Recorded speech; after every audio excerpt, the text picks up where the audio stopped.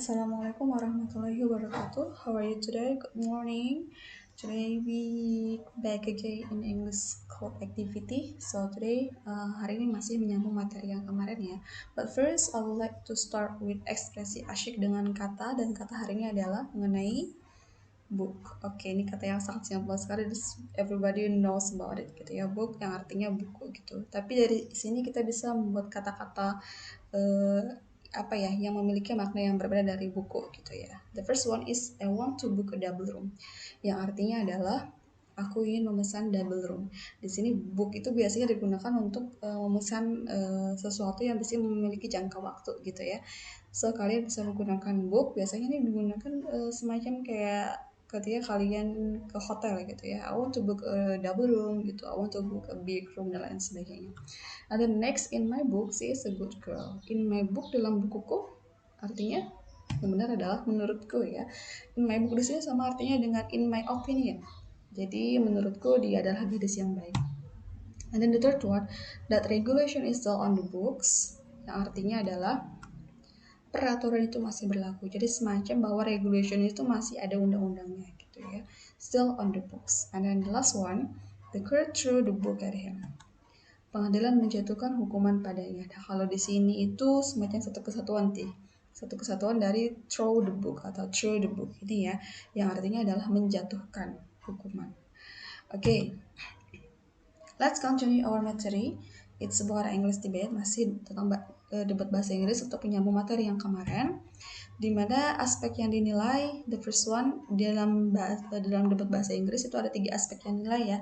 Yang pertama itu manner, itu sebanyak 40%, kemudian ada method, itu 20%, lalu ada matter, itu 40%. Nah, untuk manner ini yang dinilai itu semacam kayak delivery kalian, public speaking skills-nya.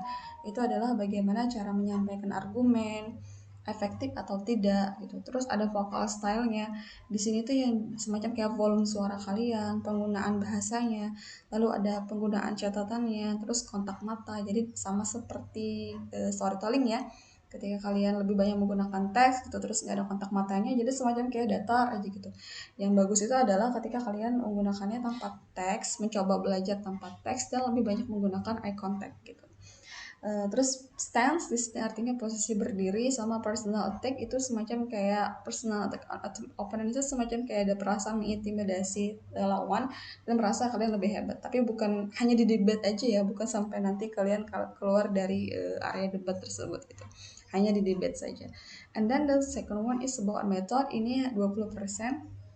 Dalam meter ini nilainya adalah structure organization, ini semacam kayak struktur atau sistematika penyampaian argumen kalian, urut atau tidak gitu dari awal sampai akhir, apakah sesuai dengan tugas sebagai first, second atau third gitu, atau jangan-jangan kebalik nih, si first speaker malah membawa argumen yang seharusnya dibawakan third gitu ya, atau sebaliknya. Lalu overtime or undertime, apakah waktunya melebihi atau justru di bawah waktu yang ditentukan. Terus kemampuan untuk merespon kasus atau argumen yang disebut juga dengan rebuttal ya, atau menyanggah. And then the third itu about matter. Matter ini 40%. Ini berisi materi yang disampaikan dalam argumennya. Apakah relevan atau tidak, berbobot atau tidak. Nah, untuk matter ini kuncinya kalian harus banyak melakukan studi kasus. Kalian harus banyak belajar membaca gitu, terus mencari informasi-informasi, data-data terbaru yang faktual yang bisa kalian bawa nantinya untuk memperkuat argumen kalian. Nah, dari 3 aspek yang dinilai ini, ada 2 yang memiliki persentase lebih besar, yaitu manner and matter. Jadi di sini kalian benar-benar harus bisa menyiapkan personality kalian dalam manner maupun bekal kalian dalam informasi atau bahan bacaan kalian dari matter gitu ya.